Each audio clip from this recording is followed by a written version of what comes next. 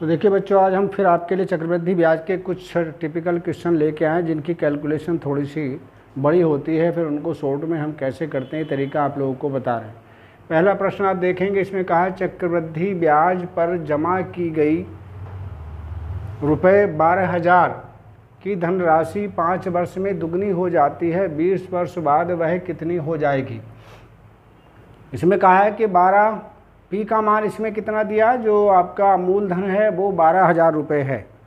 मूलधन यहाँ पर कितना है, 12,000 रुपये है।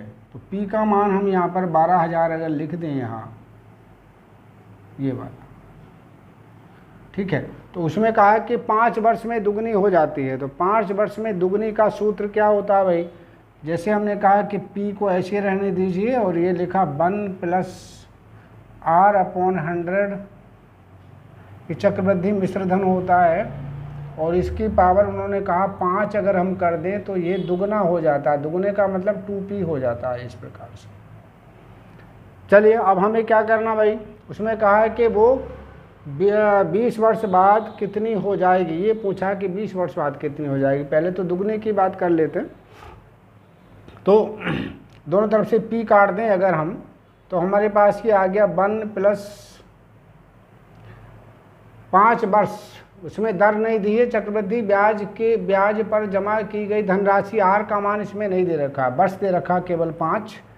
तो ये हमने लिख दिया R/100 पूरे की पावर 5 बराबर पी से पी काट दिया दोनों तरफ का, ठीक है। अब हमें इसे 20 करना है, 20 वर्ष करना है इसको। तो क्या करेंगे, दोनों तरफ पावर 4 चढ़ा दीजिए, इधर भी पावर 4 कर दो तो 5 चौक 20 हो जाएगा। 1 + R/100 और इसकी पावर कितनी कर दें, 5 चौक 20, और इधर भी 2 की पावर कर दीजिए 4।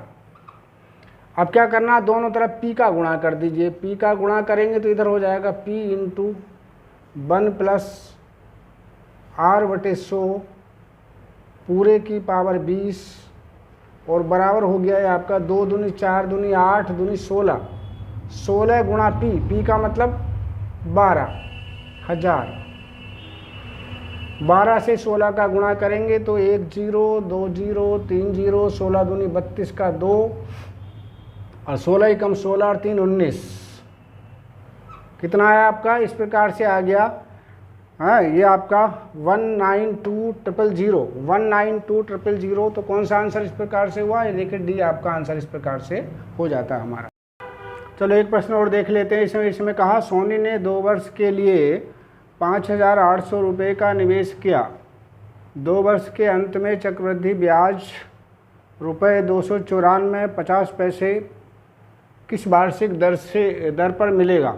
यानी उसको सोनी ने जो है 2 वर्ष के लिए 5800 रुपये लगाए, 5,800 रुपये, और उसको 2 वर्ष में जो चक्रवृद्धि ब्याज मिला वो उसको 594.50 मिला। तो इसमें दर पूछी गई है भाई। तो ऐसे प्रश्न को करने के लिए क्या करेंगे, पहले चक्रवृद्धि मिश्रधन निकाल लेते हैं। चक्रवृद्धि मिश्रधन कितना हो जाएगा,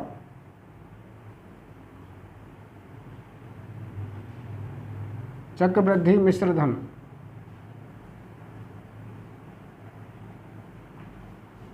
इसमें क्या करेंगे, मूलधन में ब्याज जोड़ देंगे। मूलधन कितना है भाई, 5,800 रुपये में आप 594.50 जोड़ दीजिएगा। तो इस प्रकार से ये 50 पैसे तो यहाँ पर आ ही जाएगा आपका, और ये 94 भी आपका आ गया ऐसे ही 94 SH, ठीक है। 8 5 13,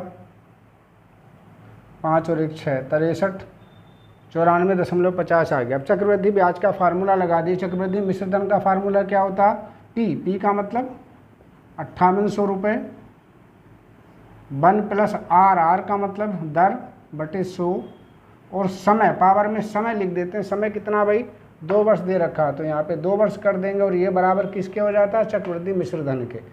ये है 63, 94 50 बटे 100 कर दें अगर हम इसमें, तो दशमलव खत्म हो जाएगी हमारी।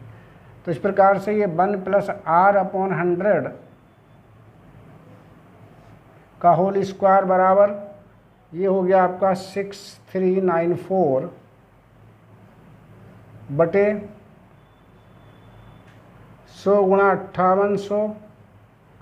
अब इसको अगर हम काट दें आपस में किसी संख्या से भी या भाग करके देखें तो ये आपका आ गया 441 बटे 400 काट के आ गया, यानी 21 बटे 20 का होल स्क्वायर आ जाता है इस प्रकार से अगर आप देखेंगे तो। अब दोनों तरफ से वर्ग हटा दीजिए तो इधर क्या बचेगा, वर्ग हट जाएगा तो 1 प्लस r बटे 100 और बराबर ही हो गया 21 बटे 20। अब इस 1 को इधर ले जाइए, r बटे 100 बराबर हमारे पास हो जाता है कितना, 21 बटे 20 माइनस 1 बराबर 1 बटा 20 आपका आया r बटे 100 का मान किसका चाहिए आपको, r का। तो r बराबर क्या हुआ 100 बटे 20, 20 पंजे 100, यानी 5% की दर थी उसकी, कितनी 5%। तो कौन सा आंसर हुआ इस प्रकार से देख रहे हैं आप, पहला ही आपका आंसर ये हो जाता, ये आपका इस प्रकार से आंसर बन जाता। देखिए तीसरा प्रश्न भी इसी प्रकार का, इसमें कहा गया 15,000 रुपये पर 2 वर्ष में उचित चक्रवृद्धि ब्याज 2,496 है, ब्याज की वार्षिक दर कितनी है। इसको भी हम इसी प्रकार से कर सकते हैं, या तो चक्रवृद्धि मिश्रधन निकाल के कर सकते हैं या फिर सीधा ब्याज का फार्मूला भी लगा सकते हैं। तो चक्रवृद्धि ब्याज का फार्मूला हमने क्या बताया था, ये बताया था आपको P into 1 plus r upon 100 whole की पावर n, जो भी दे रखी हो, n कितना है 2 वर्ष है, और माइनस 1 और बराबर चक्रवृद्धि ब्याज हो जाता है, यानी 2496 आपका आ जाता है भाई। P को इसके बटों में ले जाओ तो ये आ जाता है 1 प्लस r अपॉन 100 का होल स्क्वायर, और ये माइनस 1 बराबर 2496 बटे P का मतलब है 15,000।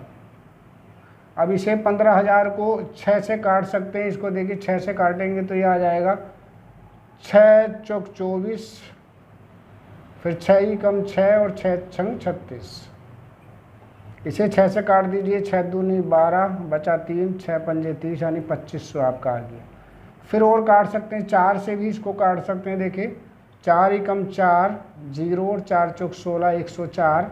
और इसे अगर काटें हम तो 4 छंग 24 और 4 दूनी 8 और 4 पंजे 20। तो इस प्रकार से हमारे पास आ गया 104 बटे 625। मान हमें चाहिए किसका, 1 प्लस r अपॉन 100 का होल स्क्वायर बराबर हो गया हमारे पास 104 बटे 625 प्लस 1, 625 प्लस 1। इसको अगर हम जोड़ दें तो ये आपका आ गया हमारे पास 729 बटे 625। अगर हम इसका वर्ग करके लिखें तो ऊपर है आपका 27 बटे 25 का वर्ग हमारे पास है गया भाई। देखिए ना, दोनों तरफ से वर्ग हटा दीजिए तो वर्ग हट जाएगा, तो ये बचेगा r अपॉन 100 बराबर 27 बटे 25, और ये वाला 1 इधर जाके माइनस में हो जाएगा, तो ये आपका आ गया 2 बटे 25। r का मान अगर आपको चाहिए तो ये लिखेंगे 2 गुणा 100 बटे 25, 2500 का 100 4, 4 दूनी 8, यानी 8%। ये आपका रेट ऑफ इंटरेस्ट आ जाता है 8%, ये आपका है।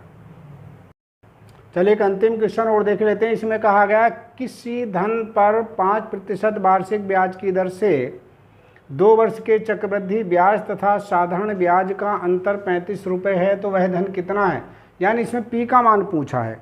हमने आपको बताया था चक्रवृद्धि ब्याज और साधारण ब्याज का अंतर का एक फार्मूला आपको याद रखना था, जिसको मैंने बताया था। ये लिखते हैं P into 1 plus r upon, लिख दे रहा हूँ मैं एक बार, r अपॉन 100 होल की पावर n माइनस अगली ब्रैकेट में 1 प्लस r n, r बड़ा है तो बड़ा ही लिख दे रहे हैं, r n अपॉन 100, और इसको ब्रैकेट में बंद करके बराबर ये दोनों ब्याजों का अंतर आ जाता है, जो उन्होंने दिया कितना 35 रुपये मात्र, ये दे रखा है।